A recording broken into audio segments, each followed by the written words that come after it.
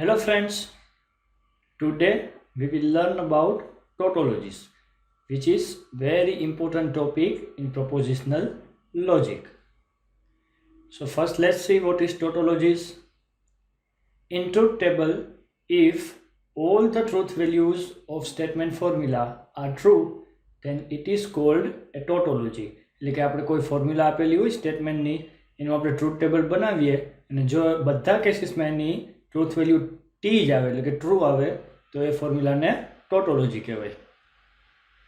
Four example, consider the formula not P or P. એટલે આ formula જે આપેલી છે એના માટે પહેલાં આપણે ટ્રુથ ટેબલ કન્સ્ટ્રક્ટ કરીએ.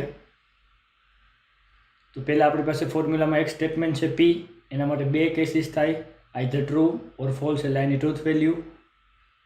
હવે નોટ પી પહેલાં આપણે ફાઇન્ડ કરશું. નોટ પી એટલે પીનું ઓપોઝિટ એટલે ટ્રુથ વેલ્યુ ઓપોઝિટ આવશે. ફર્સ્ટ થશે એફ, સેકન્ડ થશે ટી. હવે સ્ટેટમેન્ટ ફોર્મ્યુલા આપેલી છે પી ઓર નોટ પી.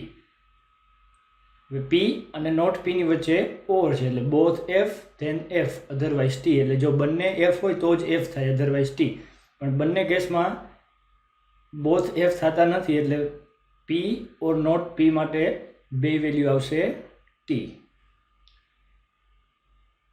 સો આ સ્ટેટમેન્ટ ફોર્મ્યુલા જે આપણે કન્સિડર કરેલી છે એની બે ટ્રુથ વેલ્યુ આવે છે T. Yes, so the statement formula not P and P is a tautology. P પહેલાં લખશો કે નોટ પી પહેલાં લખશો ઇટ ડઝન્ટ મેટર, પણ એ ટોટોલોજી થાય છે.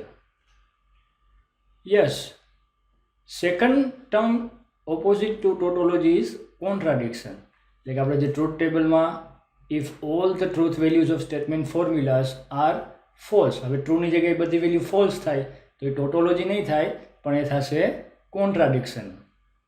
સો this is the two definition, tautology and contradiction. બધી ટ્રુથ વેલ્યુ ટ્રુ તો ટોટોલોજી, અધરવાઇઝ બધી ફોલ્સ થાય તો contradiction.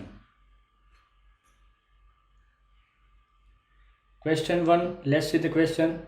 Check whether P conditional P or Q is a tautology or a contradiction. એટલે કે આ જે સ્ટેટમેન્ટ ફોર્મ્યુલા આપેલી છે એ ટોટોલોજી થશે કે કોન્ટ્રાડિક્શન થશે એ આપણે ચેક કરવાનું છે. Solution: The truth table for the formula P conditional P or Q is as follows.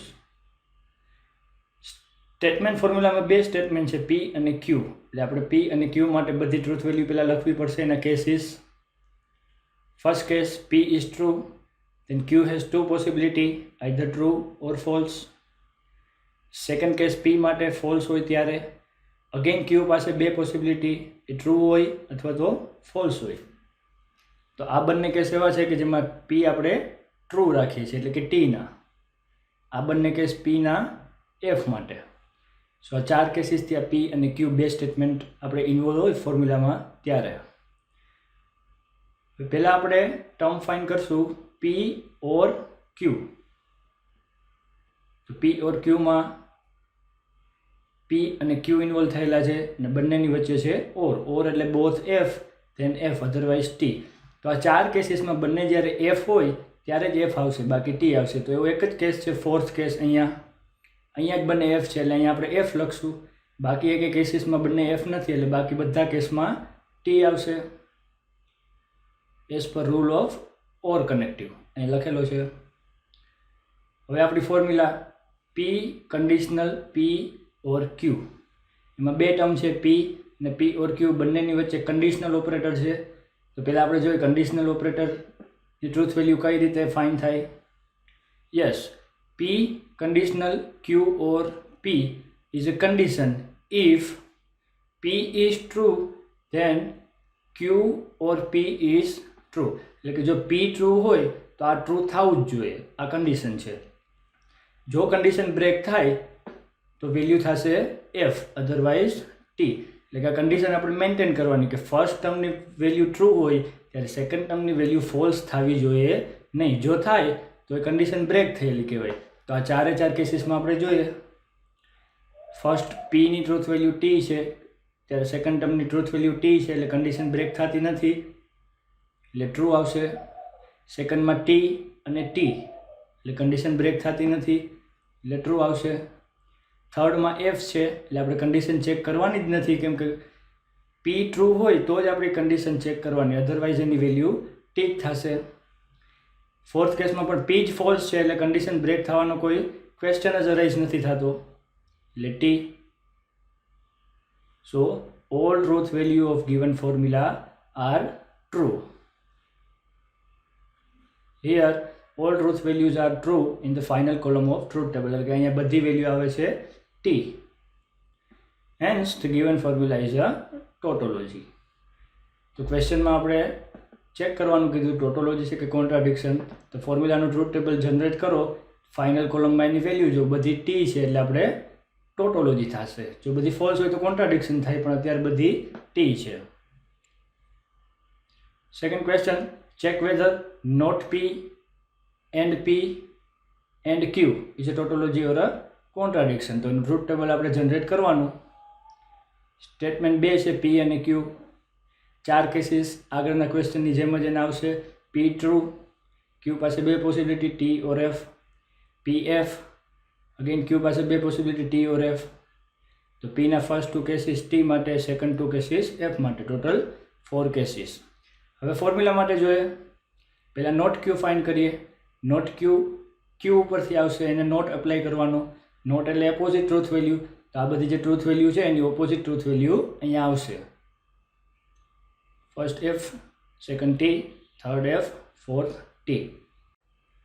હવે આપણે ટર્મ ફાઇન્ડ કરશું નોટ ક્યુ એન્ડ પી. નોટ ક્યુ એન્ડ પીમાં 2 ટર્મ છે, એક પી અને નોટ ક્યુ. બંનેની વચ્ચે એન્ડ છે. એન્ડ એટલે both T then T otherwise F. તો આ બંનેની ટ્રુથ વેલ્યુ અહીંયા જે રેડ બોક્સમાં ઇન્ડિકેટ કરેલી છે એમાં જોવાનું બંને ટી ક્યારે થશે. તો સેકન્ડ કેસમાં બંને ટી છે એટલે એની ટ્રુથ વેલ્યુ થશે ટી. બાકી બધા કેસમાં બંને ટી નથી એટલે બધી વેલ્યુ બાકીની આવશે F. As per rule both T then T otherwise F. Now finally our ફોર્મ્યુલામાં 2 ટર્મ છે, ક્યુ, નોટ ક્યુ એન્ડ પી. એટલે ફર્સ્ટ ટર્મ, સેકન્ડ ટર્મ, બંનેની વચ્ચે છે એન્ડ. સો અગેન એન્ડ માટે rule both T then T otherwise F. તો આ 4 cases માટે જોવાનું બંને ટી ક્યારે થાય છે ત્યારે આપણે ટી મૂકશું, અધરવાઇઝ એફ. પણ એક પણ કેસીસમાં બંને ટી નથી એટલે બધી વેલ્યુ થશે ફોલ્સ. સો જે આપણે ફોર્મ્યુલા આપેલી છે એનું ટ્રુથ ટેબલ આપણે કન્સ્ટ્રક્ટ કરીએ છીએ તો ફાઇનલ કોલમ એની જે બને છે એમાં બધી વેલ્યુ એફ છે એટલે આ ટોટોલોજી નહીં થાય પણ થશે contradiction. Hence given formula is a contradiction.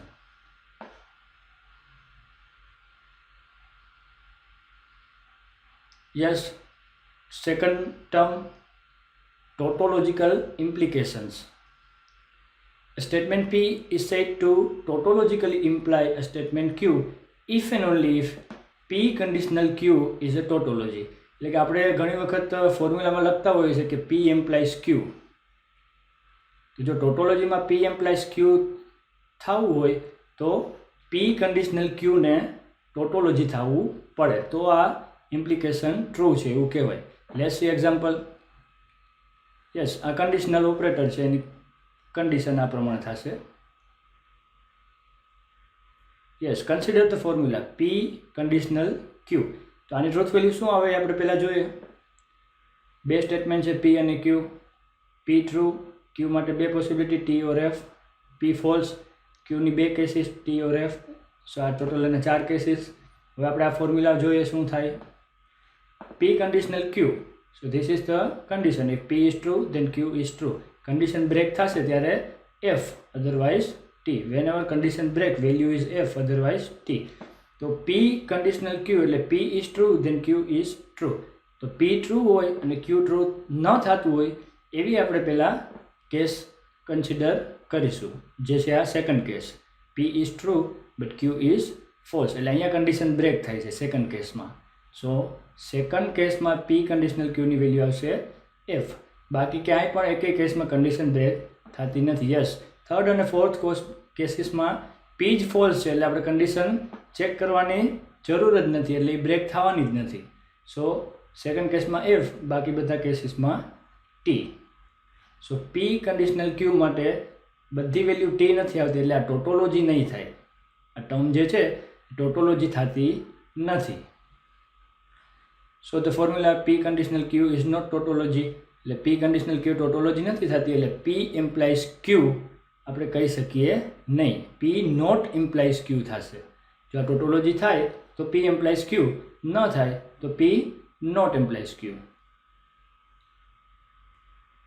Let's see example. Check the implication P implies Q conditional P. એટલે કે આ ફર્સ્ટ ટર્મ છે, આ સેકન્ડ ટર્મ છે, બંને વચ્ચે ઇમ્પ્લાઇઝ થશે કે નહીં એવું આપણે ચેક કરવાનું. Solution. Here we have to solve that P implies Q conditional P. એટલે કે આ જે ક્વેશ્ચન આપેલો છે એમાં આપણે ઇમ્પ્લિકેશન ચેક કરવાનું કીધું છે, પણ ઇમ્પ્લાઇઝ થવા માટે પહેલાં we need to show that P conditional. ઇમ્પ્લાઇઝની જગ્યાએ કન્ડિશનલ ઓપરેટર આવી જાય. Q conditional P is a tautology. એટલે જો આવું આપણે ઇમ્પ્લિકેશન બતાવવું હોય તો અહીંયા કન્ડિશનલ ઓપરેટર રાખી અને એને ટોટોલોજી બતાવી દઈએ એટલે આ ઇમ્પ્લિકેશન થઈ જશે. The truth table for P conditional Q conditional P is as follows. ફોર્મ્યુલામાં બે સ્ટેટમેન્ટ છે P અને Q. તો એના કેસીસ P T, Q માટે બે cases true or false, P false, Q માટે બે કેસીસ. સો આ બે કેસ T ના, P માટે, આ બે કેસ F ના, P માટે. યસ, પહેલાં આપણે ફાઇન્ડ કરશું Q conditional P. Q conditional P એટલે condition if Q is true then P is true. Whenever condition break, value is F, otherwise T. તો Q true હોય ત્યારે P true થવું જ જોઈએ, આ કન્ડિશન છે. જો આ કન્ડિશન બ્રેક થાય તો આપણે F લખશું, બાકી બધા કેસીસમાં T. તો પહેલાં જોઈએ, ફર્સ્ટ કેસીસમાં Q is true, P is true, condition break થતી નથી. સેકન્ડ કેસીસમાં Q ફોલ્સ છે એટલે કન્ડિશન ચેક જ નથી કરવાની આપણે. થર્ડ કેસીસમાં Q is true, P is false. તો અહીંયા થર્ડ કેસીસમાં કન્ડિશન બ્રેક થાય છે. આપણે પહેલાં અહીં Qમાં જોવાનું, બિકોઝ Q કન્ડિશનલ P છે. એટલે થર્ડ કેસીસમાં કન્ડિશન બ્રેક થાય છે એટલે એની વેલ્યુ આવશે F. બાકી એક પણ કેસમાં કન્ડિશન બ્રેક થતી નથી એટલે બધી વેલ્યુ આવશે T.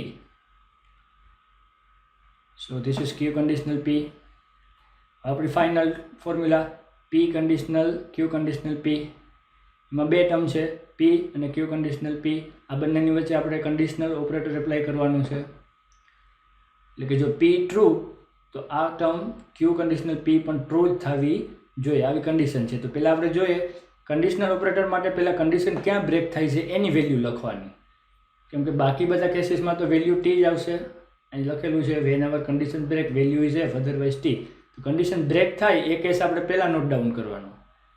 So P is true, second term is true એટલે કન્ડિશન બ્રેક નથી થતી.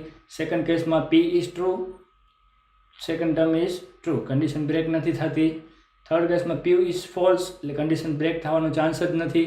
ફોર્થ કેસ પણ એઝ ઇટ ઇઝ. સો એક પણ કેસમાં કન્ડિશન બ્રેક થતી નથી. સો બધી વેલ્યુ આવશે T. સો ફાઇનલ ફોર્મ્યુલામાં આપણે ટ્રુથ ટેબલમાં જોઈએ તો એના માટે બધી વેલ્યુ T છે એટલે ટોટોલોજી થશે. આ ટર્મ જે છે એ ટોટોલોજી થશે અને ટોટોલોજી થાય એટલે we can say that P implies Q conditional P. તો તમારે જો ઇમ્પ્લિકેશન બતાવવું હોય તો અહીંયા ઇમ્પ્લાઇઝની જગ્યાએ કન્ડિશનલ ઓપરેટર મૂકી અને એને જોવાનું ટોટોલોજી થાય છે કે નહીં થાય તો આ ઇમ્પ્લિકેશન ટ્રુ છે, અધરવાઇઝ ફોલ્સ.